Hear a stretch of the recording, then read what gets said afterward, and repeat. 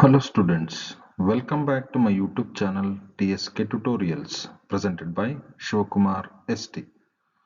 Dear students, in today's class I am going to discuss with you the very important extracts from Model Question Paper 1. Before going to that, it's my humble and routine request to all. If you are new to my channel, please do subscribe my channel to watch the most essential videos that are already available in my channel. If you like those videos, please do share among your friends and don't forget to leave a comment on those videos.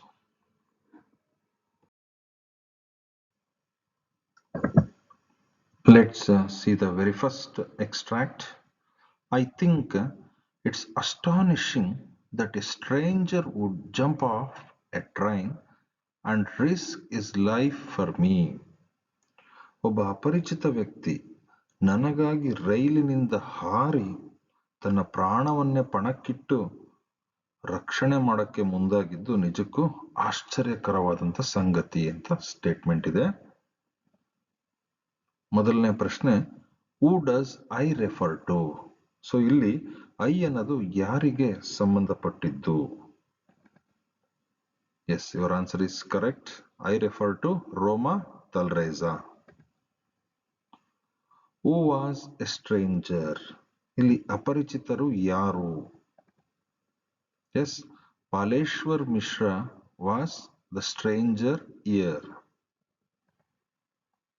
How did the stranger help the speaker? ಅಪರಿಚಿತನು ಮಾತನಾಡುವ ವ್ಯಕ್ತಿಗೆ ಹೇಗೆ ಸಹಾಯ ಮಾಡ್ತಾನೆ ಅಂತ. ಅರ್ಧ ಉತ್ತರ ಆ ಸ್ಟೇಟ್ಮೆಂಟ್ ಅಲ್ಲೇ ಇದೆ. Baleshwar jumped of the still moving train and with the help of truck driver he admitted her to the hospital. Baleshwar ಇನ್ನು ಚಲಿಸುತ್ತಿರುವಂತಹ ರೈಲಿನಿಂದ ಜಿಗಿದು ಆ ಚಾಲಕನ ಸಹಾಯದಿಂದ ಆಕೆಯನ್ನ ಅಂದ್ರೆ ರೋಮಾಳನ್ನ ಆಸ್ಪತ್ರೆಗೆ ದಾಖಲಿಸ್ತಾನೆ. ಇಲ್ಲದೆ ಹೋದ್ರೆ ರೋಮಾ ಏನಾಗ್ತಿದ್ಲು ಅಂತಂದ್ರೆ ಸಾಯ್ತಾ ಇದ್ಲು.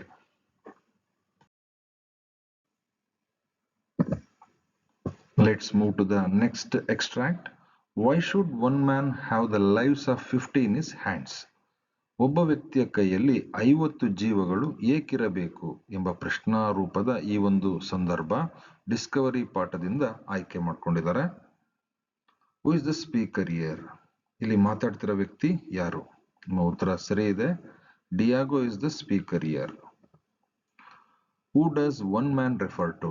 ಇಲ್ಲಿ ಒಬ್ಬ ವ್ಯಕ್ತಿ ಎನ್ನುವುದು ಯಾರನ್ನ ಸೂಚಿಸುತ್ತದೆ? Yes, your answer is right. Here one man refers to Columbus. What does the speaker mean by this statement?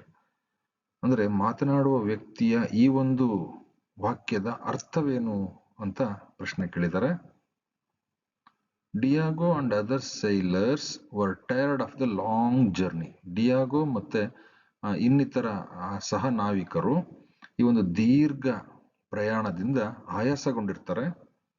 They were unhappy with Columbus who was not allowing them to go back. ಅವರು Columbus ಬಗ್ಗೆ ತೀವ್ರವಾದ ಒಂದು ಬೇಸರಗೊಂಡಿರ್ತಾರೆ. ಯಾಕೆಂದ್ರೆ Columbus ಅವರನ್ನ ಪ್ರಯಾಣವನ್ನ ಅಲ್ಲಿಗೆ ಮೊಟಕುಗೊಳಿಸಿ ಹಿಂದಕ್ಕೆ ವಾಪಸ್ ಹೋಗಲು ಅನುಮತಿಯನ್ನ ನೀಡ್ತಾ ಇರಲಿಲ್ಲ ಮತ್ತೆ ಅವಕಾಶವನ್ನ ಕೊಡ್ತಿರ್ಲಿಲ್ಲ. ಅದರಿಂದ ಈ ಒಂದು ವಾಕ್ಯವನ್ನ ಹೇಳ್ತಾನೆ, ಒಬ್ಬ ವ್ಯಕ್ತಿಯ ಕೈಯಲ್ಲಿ 50 ಜೀವಗಳು ಏಕಿರಬೇಕೆಂದು.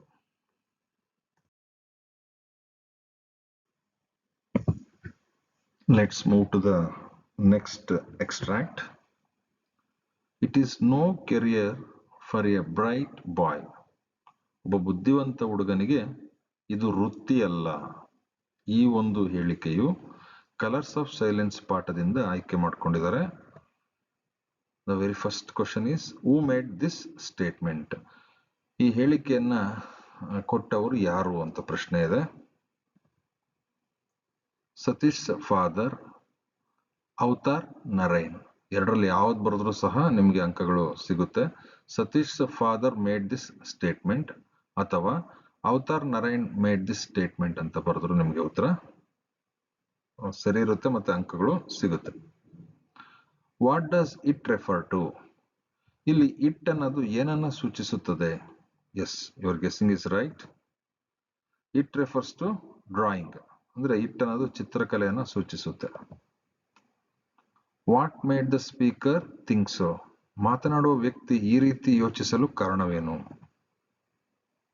One cannot earn livelihood by drawing and painting. ಯಾರೇ ಆಗಿರ್ಬೋದು, ಜೀವನೋಪಾಯಕ್ಕಾಗಿ ಚಿತ್ರ ಬಿಡಿಸೋದು ಮತ್ತೆ ಬಣ್ಣ ಹಚ್ಚೋದು, ಇದರಿಂದ ಜೀವನವನ್ನ ಸಾಗಿಸೋದು ಸಾಧ್ಯವಿಲ್ಲ ಅನ್ನೋದು ಮಾತನಾಡುವಂತಹ ವ್ಯಕ್ತಿಯ ಅರ್ಥ ಆಗಿರುತ್ತೆ. ಮತ್ತೆ ಅದರಲ್ಲೂ ಸಹ ಸತೀಶ್ ಒಬ್ಬ ಪ್ರತಿಭಾವಂತ ವಿದ್ಯಾರ್ಥಿ.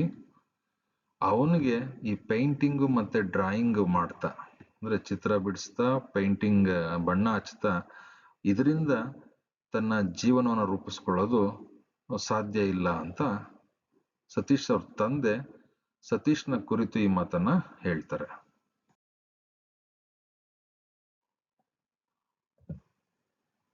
Let's move to the next extract. In solitary confinement as complete as any Jayal ಅಂತ ಒಂದು ಸ್ಟೇಟ್ಮೆಂಟ್ ಅನ್ನ after outer space tomorrow morning ಎಂಬುವಂತಹ ಪದ್ಯದಿಂದ ಆಯ್ಕೆ ಮಾಡ್ಕೊಂಡಿದ್ದಾರೆ. ಯಾವುದೋ ಸೆರೆಮನೆಯಂತೆ ಸಂಪೂರ್ಣ ಏಕಾಂತ ಬಂಧನದಲ್ಲಿ ಅಂತ ಈ ಒಂದು ಹೇಳಿಕೆಯ ಅರ್ಥ. ಹೂ is the speaker of the above words? ಈ ಮೇಲಿನ ಪದಗಳನ್ನ ಹೇಳಿದವರು ಯಾರು? ಎಸ್, ನಿಮ್ಮ ಉತ್ತರ ಸರಿ ಇದೆ. The poet Norman Nicholson. The poet Norman Nicholson is the speaker of the above words. ಇವೆರಡರಲ್ಲಿ ಯಾವುದು ಬರೆದ್ರು, ದ ಪಯಟ್ ಅಂತ ಬರೆದ್ರು, ನಾರ್ಮನ್ ನಿಕಲ್ಸನ್ ಅಂತ ಬರೆದ್ರು, ನಿಮ್ಗೆ 1 ಅಂಕ ಸಿಗುತ್ತೆ. What is referred to as solitary confinement? ಯಾವುದನ್ನ ಏಕಾಂತ ಬಂಧನ ಎಂದು ಕರೆಯಲಾಗುತ್ತದೆ ಅಂತ ಪ್ರಶ್ನೆ ಕೇಳಿದ್ದಾರೆ. Life in the space ship is referred to as solitary confinement. ಬಾಹ್ಯಾಕಾಶ ನೌಕೆಯಲ್ಲಿನ ಜೀವನವನ್ನ ಏಕಾಂತ ಬಂಧನ ಎಂದು ಕರೆಯಲಾಗಿದೆ. Why does the speaker say so? ಮಾತನಾಡುವ ವ್ಯಕ್ತಿ ಈ ರೀತಿ ಹೇಳೋದಕ್ಕೆ ಕಾರಣ ಏನು ಅಂತ ಪ್ರಶ್ನೆ ಕೇಳಿದ್ದಾರೆ. The speaker will be alone in the capsule like a prisoner and no one is there to meet or to talk to him. ಮಾತನಾಡುವ ವ್ಯಕ್ತಿ ಅಂದ್ರೆ ಕವಿ ಆ ಒಂದು ರಾಕೆಟ್ ನ ಕ್ಯಾಪ್ಸುಲ್ ನಲ್ಲಿ ಒಬ್ಬಂಟಿಯಾಗಿ ಕೈದಿಯಂತೆ ಇರ್ತಾನೆ. ಅವನನ್ನ ಭೇಟಿ ಮಾಡೋದಕ್ಕಾಗ್ಲಿ ಮಾತಾಡೋದಕ್ಕಾಗ್ಲಿ ಯಾರೂ ಸಹ ಅಲ್ಲಿ ಇರೋದಿಲ್ಲ. ಅದರಿಂದ ಸ್ಪೀಕರ್ ಏನ್ ಮಾಡ್ತಾನೆ, ಈ ಒಂದು ಹೇಳಿಕೆಯನ್ನ ಕೊಡ್ತಾನೆ.